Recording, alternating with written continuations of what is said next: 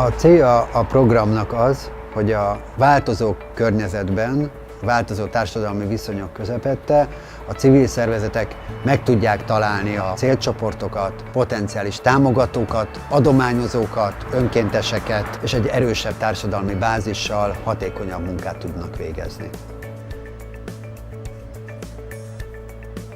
Dr. Dinok Henriett vagyok, a Roma Veritas Alapítvány igazgatója. Magam is egy öreg diákja vagyok a Roma Veritasnak, vagy ahogy mi hívjuk a Romvernek.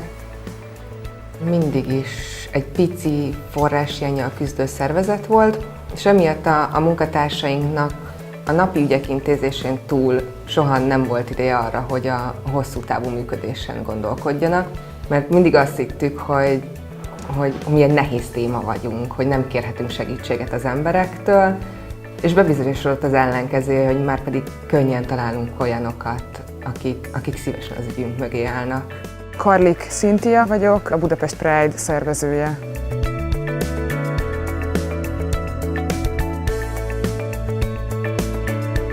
Tavaly évben készítettünk egy felmérést az LMBTQ közösség körében, amit kb. 2000 ember töltött ki. Az ő válaszaikból az derül ki, hogy a legnagyobb problémának az egyenlő házasság hiányát, különböző családdal kapcsolatos problémákat, illetve a sértő és megalázó politikai közbeszédet érzik az LMBTQ emberek ma Magyarországon. Egyrészt az, hogy bejegyzett élettársi kapcsolatot lehet ugyan kötni, de a házasság nem elérhető azonos nemű pároknak ma Magyarországon, ami egy egyértelmű jogi diszkrimináció. A gyermekvállalással kapcsolatban pedig azonos nemű párok nem fogadhatnak közösen örökbe gyereket. Bejegyzett élettársi kapcsolatban élő leszbikus párok számára nem nyitott a mesterséges megtermékenyítés folyamata, ami egyrészt megnehezíti azoknak a pároknak az életét, akik terveznek, másrészt ez nem csak egy elvont elméleti probléma, mert a szivárványcsaládok, gyermeket nevelő azonos nemű párok a társadalmi valóság részei ma Magyarországon, és ők, amiatt, hogy a jogi helyzet nem veszi őket figyelembe, egy teljesen lehetetlen helyzetbe kerülnek. Engem Papó néven ismernek itt a rádióban, meg a rádiós közösségben. Tilos Rádiónak a ügyvezetőjeként működöm. Mi folyamatosan feszegetjük a tradicionális rádiózásnak a határait vagy lehetőségeit. Ugye a rádiózás világában a külszíni vagy a helyszíni közvetítések nem ismeretlenek, de ilyen módon, hogy egy ilyen kis közösségi rádió, ami eddig megszokottan egy stúdió néhány négyzetméteréből működik, most kitágította a világkörét ezzel, azért ez nagyon fontos nekünk.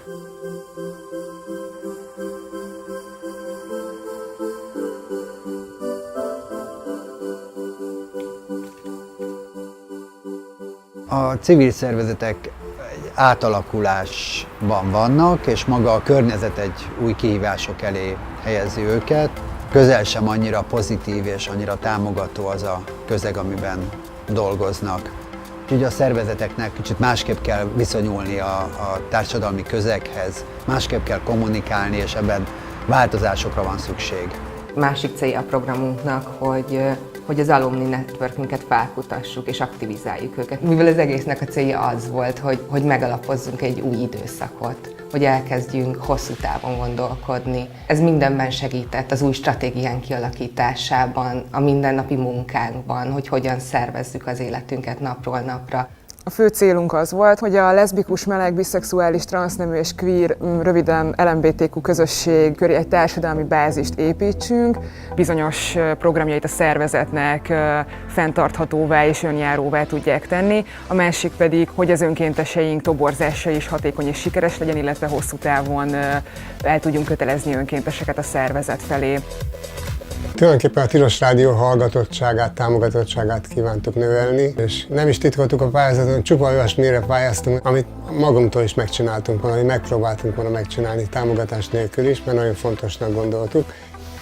Tavaly megszületett az a felismerés, hogy a legnagyobb erőforrásunk azok az öreg diákjaink, és hogy építenünk kell rájuk. Mert ugye egyrészt a közösségünk részei voltak egyszer, és hogy fontos számunkra, hogy újra azzá váljanak. Próbáltunk más módszerekhez nyúlni a szervezettel, mint amiket már kipróbáltunk. Így rendeztünk egy szabad egyetemet, amiben az egyenlő házasság témáját jártuk körül, illetve összehívtunk egy politikusokkal tartott konferenciát, ahol különböző pártok véleményét kérdeztük meg az egyenlő házassággal kapcsolatban.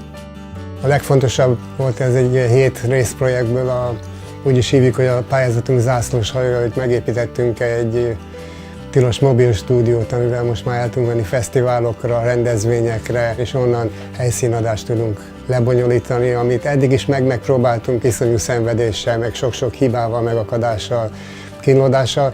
Most erre egy nagyon profi és klassz lehetőségünk van a jövőben, úgyhogy erre vagyunk a legbüszkébbek. Ebben a programban minden civil szervezet kap egy anyagi támogatást a támogató jóvoltából, és mellette tőlünk kap egy szakmai támogatást. Egyéni tanácsadók, szakértők dolgoznak a szervezetekkel azon a programon, amit ők maguk alkottak. A Roma Veritas számára a legnagyobb sikerélmény a programban az az alumni hálózatunkkal kapcsolatos tevékenység volt, hogy sikerült őket felkutatni, hogy olyan emberekkel vettük fel a kapcsolatot, akik évekkel ezelőtt eltávolodtak tőlünk. A másik legnagyobb siker pedig az Adjuk Össze kampányunk volt. A születésnapi rendezvényen jelentettük be az első crowdfunding kampányunkat. 20 nap alatt gyűjtöttük össze a 650 000 forintos összeget a Fényhozók nevezetű programunkra. Nagyon sok nagyon pozitív dolog történt a program során. Egyrészt kipróbáltunk újdonságokat az adománygyűjtés terén. Tavaly először volt egy kampányunk az adakozókért. Telefonos adománygyűjtő vonalunkra fűztük fel ezt a kampányt, és elég nagy sikere volt, ahhoz képest, hogy ez volt az első ilyen próbálkozás. Érezzük a hatékonyságunkat, az adásoknak a minőségét, a felünk forduló érdeklődést, a megkereséseket, a rádióműsorok interaktivitását, és ezekben is úgy látjuk, hogy jó úton vagyunk, és jól tettük, amit tettünk. Vannak számszerűsíthető eredmények is, mert jól tudjuk mérni a bizonyos mértékig a támogatottságunkat, és ezek tisztességes, szép számmal nőttek. A tilos maratonon 12 millió forintot adtak nekünk, ez volt a 9 nap alatt össze a hallgatók, ami hát egy döbbenetes világcsúcs, úgyhogy ez a legnagyobb eredményünk, hogy nem tudunk hálálkodni érte nekik. Amikor ez a kis stúdiókocsink debütált és végigcsinálta a 9 napos tilos maratont, és rengeteg rádióműsor és kulturális program innen jött, innen közvetítődött. Akkor éreztem, hogy tényleg sikeres ez a program, amikor azokat a vezetőket láttam csillogó szemmel, akik korábban egy kicsit szkeptikusak voltak, és úgy tekintettek, mint egy programra a sok közül, és megértették a program során, hogy ennek szemléletváltás is a része, és hogy ezzel hosszú távon ők hova fognak tudni eljutni.